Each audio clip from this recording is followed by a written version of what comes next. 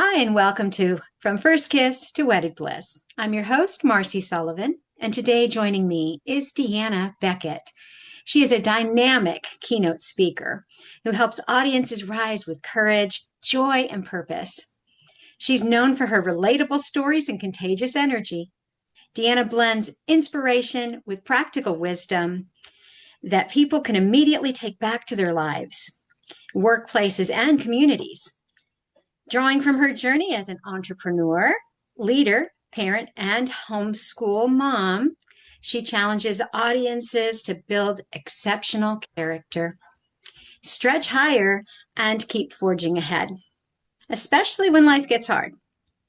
Deanna doesn't just motivate, she equips people to shine. And her newest book is Shocking Your Shtick: 99 Ways to Shine with People, which will launch next month, February 2nd. Welcome, Deanna. Glad to have you. Thank you, Marcy, for having me. It's a pleasure to be here. Great. Well, we're just going to get rolling right away. And I'd like to, is there anything else that we left out that you'd like to let our audience know about you? I think you hit it all. I love it that we have a homeschool mom connection, and I'm sure there's more and more of us, but I love uh, Yes. talking with folks that have that background. Yes, I was excited too to hear that. Now, how long have you been married, Deanna? It will be 30 years in the fall of 2026, so 29 Okay. and a little bit. Yep. 30 years. Well, we're just right behind you. It'll be 29 this year for us. And how did you meet your husband? It's an interesting story. I was living in Rapid City, South Dakota at the time, and I was part of a community choir. Unbeknownst to me, I sat next to both, I think, his mom and his sister. And we were in a church basement doing the after cookie punch kind of thing after a choir concert. And his sister I sat next to, and she waved to somebody, and I said, "Oh, is that your husband?" She says, "No, it's my brother." And then I think it was the next season when we did the next, I think it was the fall season. We sat next to each other, and she overheard me talking about, looking for a soulmate or whatever it was. You know how we're young and stupid, and we complain about not having a boyfriend at the time, but it is. And they introduced us, and the rest is history. We just connected and moved forward, and 30 years later, here we are. Oh, that's really sweet. It's always nice to meet somebody at church. And this was a church choir function that you were part of, and you met his sister before him. Yeah. Yep, exactly. Oh, that's great. Well, I guess she already approved then, if she was willing to introduce you to the to the brother. My biggest thing was, all right, if this goes south, we have to blame your sister on this. So we better make this a good one. That's right. She was invested. We don't want to ruin it for her too. Right. Oh, that's great. Now, how long were you married before you started having kids? Oh my goodness. So we were married in 96, and then our son was born April of 99. So Uh-huh. 2.5 years roughly. Did Right. that math. Mathing in public is not a good thing. Yeah, no, that sounds about right. So, did you have expectations, though, what marriage was going to be like before you got married? Oh, we had talked about, and before I'm trying to remember if it was before he proposed or after he proposed. But we talked about, kids, number of kids, um, even their names. I mean, we told our son Ian, I said, you were named before we were even engaged. Uh-huh. And we knew that's what we wanted to name our son, our firstborn, and or whether he was second, third born, whatever it was, our first boy. And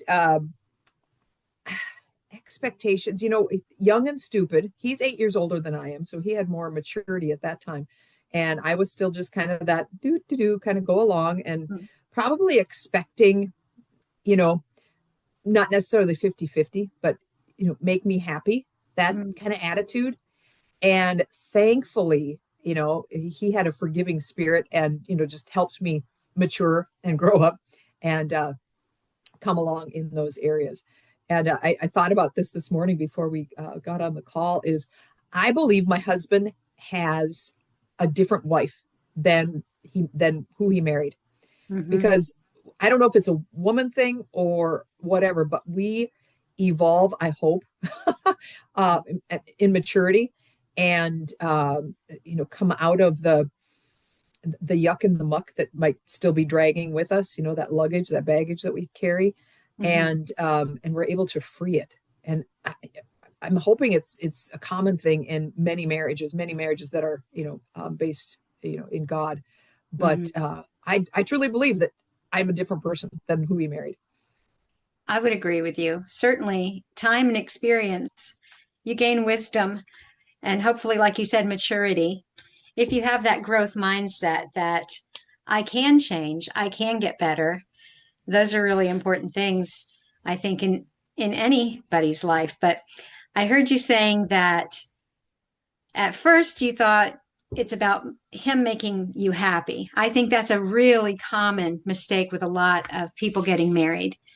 If I find the right person, then my life will be somehow magically changed and all the bad stuff goes away. It's only good stuff now. And that can be really disappointing, a real letdown for both of you once reality hits after the honeymoon's over. How did you grow in that regard? You said you've changed, obviously, 30 years into it. What were some of the changing points? How do you think it came about?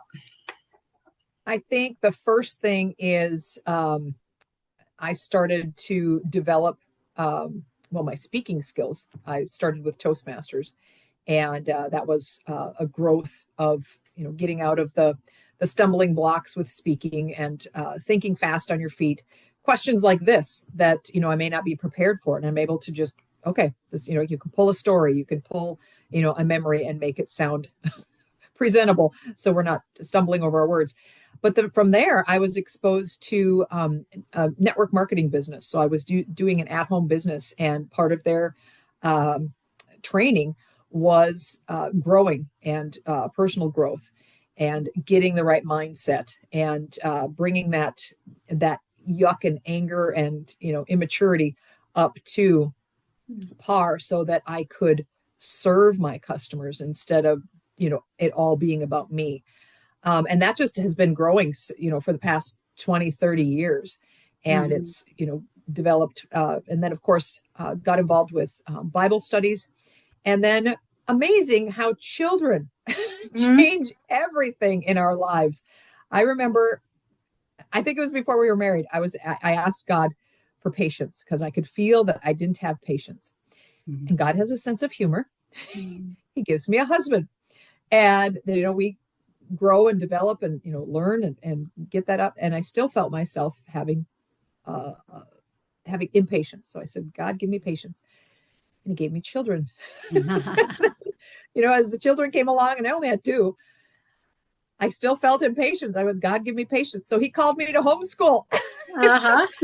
And then there was a mom one time at one of our homeschool graduation ceremonies that did the little 10-minute presentation of graduates, and it was probably when our kids were about 2 or 3 years before graduating. And she came up with, she had an amazing question. She says, what if God called you to homeschool, not for your children, but for you?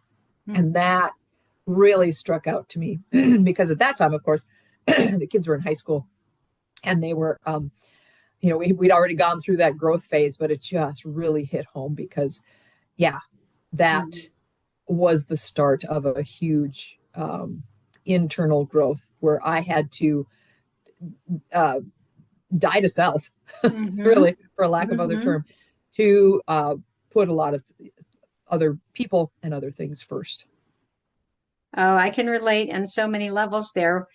I'm a fellow Toastmaster. My husband and Oh, I have yay! been in the program we're going on our second year now. Really enjoy it. And so that was one of your growth points, as well as the network marketing training that you got. Hear that that really helped you change your mindset. And then praying for patience. You got that husband, got to a practical application of working out that patience. And of course, children, a whole nother level. And then finally, homeschooling. Along with you, I once heard a lady say about homeschooling. She says, people say I could never homeschool. I'm just not patient enough. And she's like, oh, well, yeah, that's why I decided to do it. I just have so much patience laying around here. What am I going to do with it? Really, it's the contrary. It's, yes, iron sharpening iron. Those kids are working things out in you. Amen. I actually have a good friend who is a homeschool mom of 11. And yeah, and her husband likes to joke that, the he is actually a character training person. So he talks about how, the more character God needs to work out in you, the more kids he gives you. And he must have had a lot of work he needed to do. So that's wonderful. All right. So your homeschool journey, uh, building patience. What were some other things in your life? I know you talk about um, through struggle and all of that you grow. So were there any big bumps in the road along the way? Well, of course, people coming and going, friendships, and also, losing parents. We've Mm-hmm. had, mine and my husband's parents both pass away during the course of our, kids' lifetime and growing. So that's, always a struggle and change and a shift in um, influence that, passes on. Other bumps in the road. I remember having a conversation around the table, and I imagine our kids were maybe 13, 14, 15, something like that. And I don't know what we were talking about we talked about everything, from food to marriage to sex. I mean, as a homeschool mom, you just have it at the table. You just discuss it, because where else are you going to have it? But I remember talking, I think, about marriage, and love, and the struggles and its work. Marriage is work.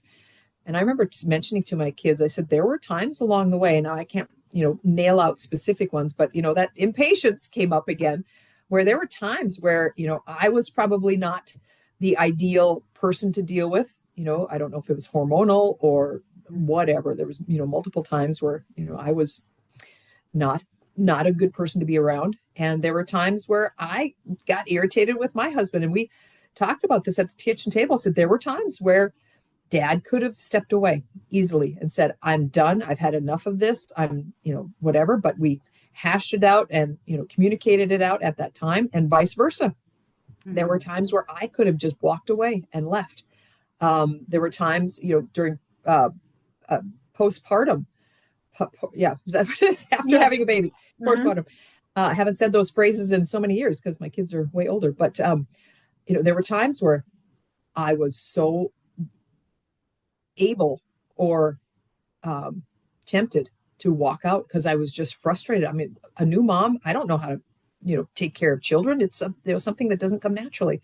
So there were Hmm. so many areas where we could have, and our kids were kind of like bug-eyed when they heard, "Oh my gosh, you guys, this could have happened." And we go, Yeah. "Yeah." I think it was maybe the conversation came up when a couple other families were struggling with their marriage or had, divorced, and it kind of was like, "Wow," and they were homeschool families. That is really when the vows mean something. When you get married, you think, oh, for better. We don't think about the worse. In health, we don't think about the sickness. We don't think about all those downtimes. It's all going to be sunshine and rainbows from here on out. And that's where the commitment really matters. When you, even though I'm not feeling it, love is a choice. Love is a decision. And I think that's really Absolutely. great to give your kids that perspective that, yeah, sometimes it was hard and sometimes I might have felt like walking out, but I'm glad I stayed and I'm sure they're glad you stayed. So many of us miss out on the work God wants to do in our lives when we bail out too soon. Yes. So how did having kids change things? We're kind of going backwards here a little bit, but you're married and you've had almost 3 years, just the two of you. Was it hard? I know as a mom, the tendency is to really shift your focus all on the children because they need you, and the husband can kind of feel left out sometimes. Was that something that you experienced? A little bit, but it was a good balance. And I still was, working my at-home business and still trying to be part of Toastmasters and still, trying to do networking. Just, I'm a social person and I wanted to be out with people and having another human being to tote along, to be attempt to completely shift schedule. I remember the times when my kids were two nappers, they'd be 10 a.m., 2 p.m. nappers, 10 a.m., 3 p.m. nappers. And all of a sudden that shifted and all of a sudden it was a noon nap. And I'm like, that completely screws up my schedule for, leaving the house and having, happy baby in tow. And, you only have a certain time frame to be able to get things done when the, child is not screaming, especially since, nursing moms, I preferred not to do that in public, but we just tried to do as much as we could before we dashed back home. But other than that, we made it a pretty good balance. And then when we decided to homeschool, I mean, they were probably 4 years old. And it was kind of an easy shift because we're already home anyway. And it just became natural to, and you probably do this as well, to involve your kids in everything. So the kids were involved with my husband's business. They were able to go to work with him occasionally, or I was able to drop them off because it was a warehouse that he owned. So, they were just able to hang out with him and work together. We worked together at home. So it just became a, natural, it's not a child only, adult only. And I think that was really cool because I remember bringing my kids, even at 4 and 5 years old to different adult events, not adult events, but, where there's more adults than children. And people were just dumbfounded at the conversations they could have with this 4, 5, 6, 7, 8-year-old. And they could sit and relate with adults because that's who they hung out with. Right. I think that right there blows the myth of socialization out of the water. Kids who are homeschooled know how to talk to adults, which is something that a lot of kids that are in regular school systems don't. But that's another topic. Yes. So you found it to be a natural blending. You didn't really have, or a balance, I guess you're saying, with your married life and your children. They didn't Yeah, compete with one another. Is that what I'm hearing? I think so. I mean, Mhm. at first, of course, they consume your time, the first 2, 3 years. But other than that, yeah, it was just became a good balance. And we had Mhm. family support. So we were able to, have someone come watch them so we could go out on a date and we set our boundaries. Children had to be in bed at a certain time so we could, go watch a movie or a television show together. Mhm. It's really drawing my memories back. I'm like, oh, this Yes. is kind of fun. Yes. Right. I think one mistake that a lot of young moms do make, though, is to put the husband on hold or that part of the relationship on hold. And we'll pick it up later. We'll get back to this once the kids are a little older, once they're weaned, once they're sleeping through the night, whatever the case may be. And they're doing their marriage a disservice when they don't carve out intentional time to connect with the husband. Because even though he can take care of himself, I think he still needs that love and attention from his wife. Absolutely. Yes. So we're going on with how did it start that you said Toastmasters was something early on? I think that might be, since you're such a social person, one of maybe what we call your self-care things that you did, something that filled your cup. What other kind of things did you do that filled you up so that you were able to give to your family? Certainly. At the beginning, I really have to draw on, really look back or think back in my memories. At the beginning, I think, just taking time to paint my toenails, um, take a bath, when dad got home, left the kids with dad and just sit in the tub. As they got older, I was able to do a little bit more, financially because, at the beginning, you're like, a facial is just a little over extreme pampering, but just being able to, get away for, an hour or two and do, something like that. Gathering with homeschool moms. We would always do a once a month gathering and we'd, be able to um, fill each other up and, hear some good, inspiring stories, but also, hear struggles and, support each other. Mhm. And then, of course, with my side business, I was able to fill myself up that way with being with, other people that are in the same type of business and, um, feeding off each other and encouraging Mhm. each other that way. I'm sure there's more. Those are Mhm. just a handful of the things that come to mind. Right. Well, I can understand you as a social person, having those social activities would energize you, and needing the support of the other homeschool moms is wonderful. And the kids also get to build some friendships when you meet together like that. So that's really great. And it's important too, just like you said, self-care doesn't need to be something that is expensive. It doesn't even need to be something that takes a long time. Just something that makes you feel better about yourself, gives you a little pep in your step. And then that way you have more to give to other people in your life, because you can't Exactly. pour from an empty cup, right? Nope, not at all. Yeah. Now, moving on to your relationship with your husband, going back to that, what were some things that you two did on a regular basis that really strengthened your marriage? Oh, let's see. Thinking back again, Uh-huh. pulling the memories out. Aside from, setting those boundaries and, sitting and watching a movie together, we were involved in a couple of different organizations where we volunteered or we were leaders, different, what would you call them? Interests that varied from each year.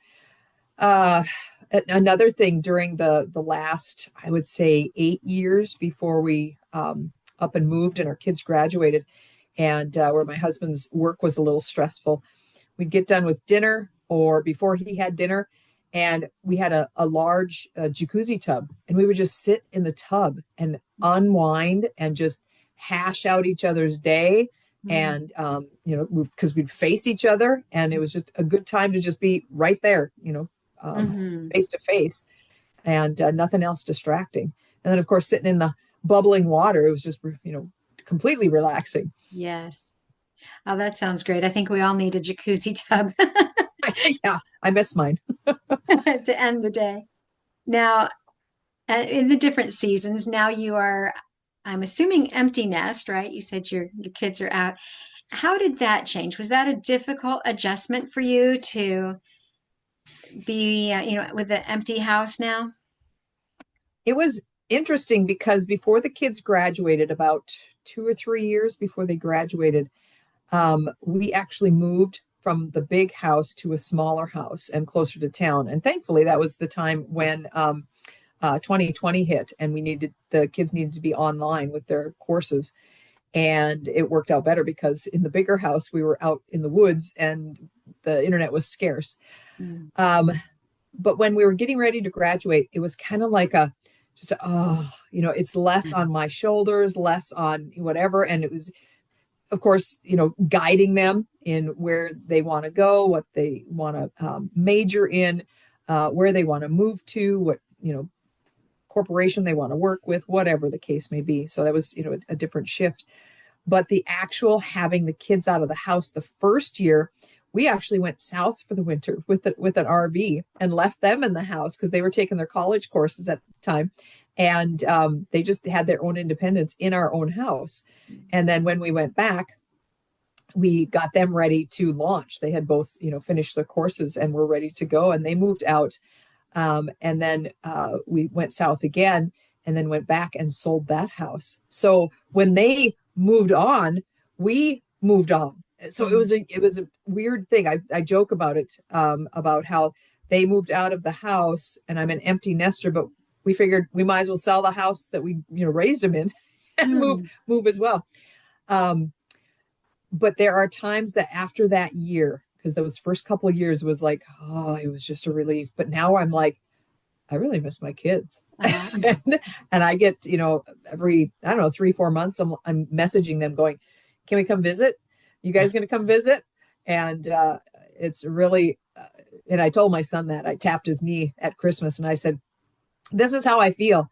And he started, give a little grin and whatnot. And he's like, oh, I'm glad I'm here. It Oh, was great to know that they like to be with us as well. And I think that's a big benefit, not to distract from marriage, but, mhm, homeschooling in general is you become not friends with your kids, mhm, but as they grow, they're mhm, not, we're not overseers. We're actually, more connected and we mhm, want to talk. And my kids call, pretty frequently. mhm.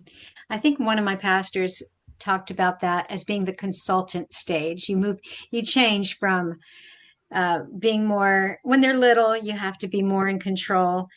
And whatever you say goes, that's the way it is. And as they grow up, you're more of a coach and you're just kind of telling them how to do things. And you might have to pull them and sit them on the bench. But then eventually the goal is you want them to be independent, to be able to make choices on their own. And like you're saying, now you're at the consultant stage where if they ask you for advice, then you offer it, but you're not telling them things that were not solicited, right? And I think I need to remember that as they, maybe move into a relationship with their potential future spouse and then have children as well. It's like, Mhm. okay, zip it. I can't be Yes, in control. that's true. Now, was that intentional, the idea of taking a trip as the kids were leaving? Was that planned or it just happened that way? It was planned. We had it in our dreams, my goal board, and it just worked out perfectly. And it was great because we had house sitters, Mhm. and they were able to stay and watch and keep care of it. And knowing what happened, a few different incidences, as adult children, you hear the stories later and go, oh, I see. But it was really needed. We needed to unplug from everything and potentially get ready to move south, which we Mhm. did. Right. I think the transition into empty nest can be hardest for those people who had not been intentional all along in their marriage relationship. Because when he tends to focus on his work, she tends to focus on the kids. Then when the kids are gone and he retires, and they look at each other and they don't really know one another anymore because you do change. You are a different person than the one you married. So it's a testament to you that you guys were intentional and you were still good friends and you still had interests together that you could enjoy. And I think that's great. That's where we Mm-hmm. all should want to be. Yes. Do you have any advice for someone who is getting ready to enter empty nest? As I have a 17 and 19-year-old at home right now, and so my days are numbered with them. What advice do you have? Pray for patience and laugh. No, yeah, be careful what you pray for. Uh, just remember that um, what's first in your marriage, and that is, God, and making sure we're, uh, serving the other person, not in a, not going down the road of, becoming subservient or slave like, but, balancing everything and looking forward. Sometimes we're in the midst of diapers or algebra or science, and we go, I can't even see or think about, having my kids out of the house and prioritizing going out with your husband once a week, once every 2 weeks, whatever the case may be, and having something separate from the kids. And the Mhm, kids know or will see that your marriage is important. mhm, If they see themselves constantly the center of the whole relationship and the whole house and not understand that it's mom and dad first, mhm, mhm, they will, continue to, I'm not a psychologist, so they will continue to, go down that road of them thinking of themselves as the center of attention. mhm, But just prioritizing some time for yourself and making sure the kids know the priority. mhm, mhm. That's all good advice. So I heard you saying that Make sure God is first in the relationship. Everything else is going to fall into place around that, to serve each other and looking forward to what's ahead, not just focusing on the day to day things that have to be done. And then prioritizing that spousal relationship, because really that's the one that's going to last. Your parent child relationship changes and they eventually leave. So making sure your relationship with your spouse is good. That's all great stuff. We have a few more minutes left, and I'm going to backtrack a little bit. What would you say to a newly married woman who maybe she had expectations that he was going to make her happy and he doesn't? So, what would you say to her? I would say go and read Titus 2.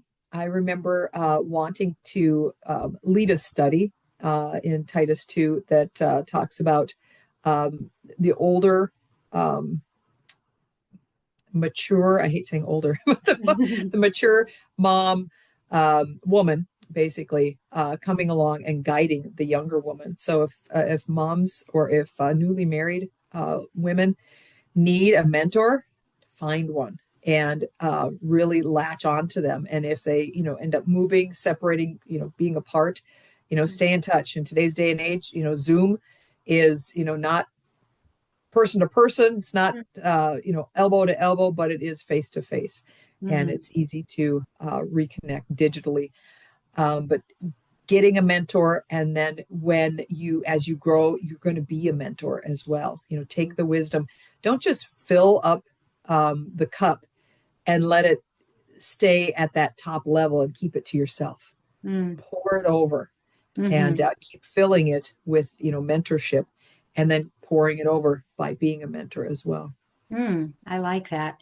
So you mentioned Titus 2 and finding someone older than yourself that could be a mentor to you, but not stopping there. Find someone else that you can pour into as well. That's great advice for the And be newlywed. discerning about who. Yes, yes, that is true. Look at the fruit. That's what I Yeah, always thought. How are their kids behaving? What is their marriage like? that's exactly what I did when I first started homeschooling. I never even thought of it. And I met a homeschool mom and went over to her house, and it was peaceful. And she had Mm, 4 kids with one on the way. And I mm, went, I want this. yes. And she taught me, she was my mentor. She taught me how to do it. Oh, that's good. Well, that transitions very nicely into my final question. A homeschool mom, what advice would you like to give her? Would it be any different than that newlywed with the mentor? What else would you say? In addition to that, yeah, find a specific homeschool mom that Hmm. has kids your age, that is maybe have kids a few years older than you. They've walked through that. Get in touch with a homeschool group. There are multiple Facebook groups that are available in every community and every town, city, and get with them. And whatever your faith is, I'm hoping that you're faith filled and following just like we are. Hmm. But sometimes that's it's a process. But get involved with groups that are like minded and lead you to having better faith. Really great. I love the advice. How could our audience get in touch with you if they'd like more information about your speaking or your books? Absolutely. DeannaBecket.com. And it's 2 N's and 1 T. The bank Mhm. sometimes doesn't care how it's spelled, but the website does. So DeannaBecket.com, 2 N's, 1 T. And when you go there now, pop up will occur where you can sign up for your free chapter of the new book, Shocking Your Stick. And all the details there. Things are constantly evolving and coming. So come back often. Oh, that's great, Deanna. I appreciate having you on and hearing your advice for women in all these different stages of life and marriage. So thank you so much. Thank you.